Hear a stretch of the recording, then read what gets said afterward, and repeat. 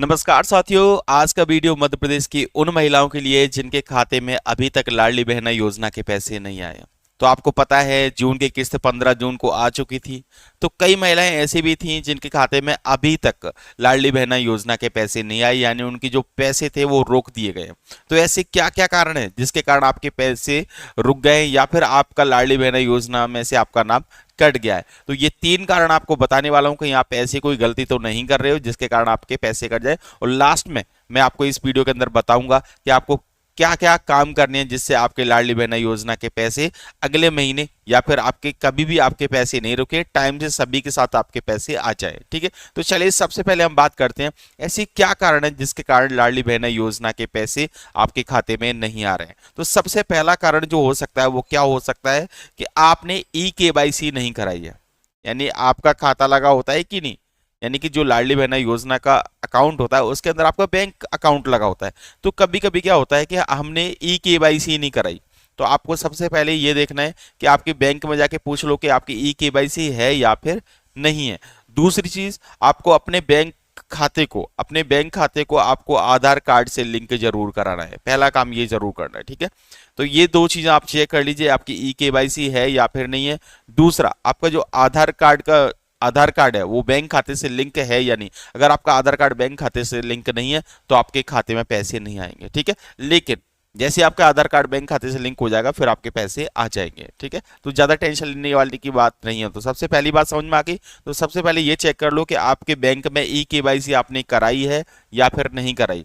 दूसरा, आधार कार्ड आपका लिंक है खाते से या फिर नहीं है। आधार कार्ड लिंक नहीं है तो बैंक खाते से अपने आधार कार्ड को जरूर लिंक करा लीजिए। ठीक है, सेकंड है यहाँ पे हमारा जो दूसरा कारण है वो है डीबीटी का बंद होना।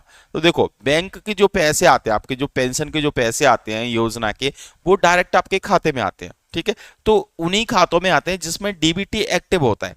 तो आपको वहां पे बैंक में जाके देखना है कि आपका डीबीटी एक्टिव है या फिर नहीं है। अगर आपका डीबीटी एक्टिव है तो ही आपके खाते में पैसे आएंगे, अदरवाइज आपके खाते में पैसे नहीं आएंगे। ठीक है, तो डीबीटी एक्टिव जरूर करा लीजिए। और एक और कारण जो कि कई लोग ध्यान ही नहीं देते, समग्र आईडी में प्रॉब्लम आने पर आपके जो लाडली बहना योजना के जो पैसे हैं वो आपके खाते में नहीं आएंगे। ठीक है, कभी कभी ऐसा हो जाता है कि हम क्या करते हैं, समग्र आईडी में ई-केवाईसी नहीं कराते।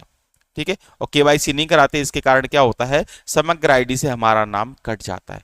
अगर आपका नाम समग्र आईडी से कट गया तो आपके खाते में पैसे नहीं आएंगे। ठीक है, हो सकता है कि लाडली बहना योजना से ही आपका नाम कट जाए। तो इस चीज का जरूर ध्यान लीजिए, देख लीजिए कि आपका यहाँ पे जो आपका समग्र आईडी बना है, समग्र आपका परिवार आईडी बनी होगी ना, उसमें समग्र में देखो आपका नाम है कि नहीं। और नाम के साथ साथ आपने ये देखो आपने वहां पे ई-केवाईसी कराया है या फिर नहीं। देखो, ये बैंक की ई-केवाईसी नहीं है, ये समग्र आईडी की ई-केवाईसी। अगर आपने समग्र आईडी की ई-केवाईसी नहीं कराई है तो अभी आपको ई-केवाईसी जरूर करा लेनी है। ठीक है, भले ही आपके लाडली बहना के लिए नहीं, सभी योजनाओं के लिए आपको अपने अपने जो समग्र आईडी है उसमें आपको अपना ई-केवाईसी जरूर कराना है। ठीक है, वो आप करा लेना। तो ये ध्यान रखना, तो डीबीटी एक्टिव होना चाहिए और समग्र आईडी में आपका नाम सही से होना चाहिए। तीसरा तीसरा यहाँ पे बैंक खाता कहीं आपका बंद तो नहीं हो गया। ऐसा नहीं है कि आपने देखा, आपने ध्यान ही नहीं दिया, कई सालों से आपके पेमेंट पे ध्यान नहीं दिया और आपका बैंक खाता बैंक ने क्या कर दिया हो, बंद कर दिया हो। या फिर आपका बैंक खाता डीएक्टिवेट नहीं कर दिया हो, कुछ दिनों के लिए बंद कर देते हैं ना, तो ऐसा तो नहीं कर दिया कि आपने केवाईसी नहीं कराई है, ये नहीं कराया। तो कई बैंक क्या करते हैं, अपने खाते को बंद कर देते हैं, क्योंकि जो पैसा आएगा लाडली बहना का वो किसके अंदर आएगा, वो आएगा तो खाते में ही। अब आपका खाता ही बंद है तो पैसा कहाँ से आ जाएगा। तो आपको इन चीजों का ध्यान देना है। ठीक है, उसके बाद आपको एक और चीज पे ध्यान देना है। जो चौथा कारण है वो यहाँ पे समग्र में ई-केवाईसी कराओ। और एक चीज और देखो, कहीं ऐसा तो नहीं कि आपके घर में आपके पति की कहीं सरकारी नौकरी लगी हो। ठीक है, या फिर आपके पति की पहले से सरकारी नौकरी थी। ठीक है, आपके पति क्या करते थे, टैक्स पे कर रहे थे, और लेकिन आपने क्या है, आपने वो बताया नहीं और वहां पे फॉर्म भर दिया, लाडली बहना का फॉर्म तो भर गया, लेकिन बाद में जब जनगणना हुई या फिर चेक हुआ तो पता चला कि आप उसमें गिल्टी पाए गए हो। तो अगर आपने वहां पे झूठी जानकारी दी है तो फिर आपका वहां पे पेमेंट रुकेगा नहीं। आपका जो लाडली बहना में आपका जो नाम होगा, अगर आपके पति की सरकारी नौकरी या आपकी खुद की सरकारी नौकरी है तो फिर आपका नाम कट ही जाएगा वहां से, फिर आपको दोबारा कोई पैसा नहीं मिलेगा। ठीक है, क्योंकि ये लाडली बहना का पैसा मिलता है वो उन लोगों के लिए है जो बिल्कुल गरीब हैं, जिनके घर में कोई सरकारी नौकरी वाला नहीं है, जिनके घर में बहुत कम सैलरी आती है, उन्हीं के लिए ये योजना चलाई गई, ना कि सरकारी नौकरी वालों के लिए, ना कि बिजनेसमैन के लिए। बिजनेसमैनों के लिए बिल्कुल भी नहीं है।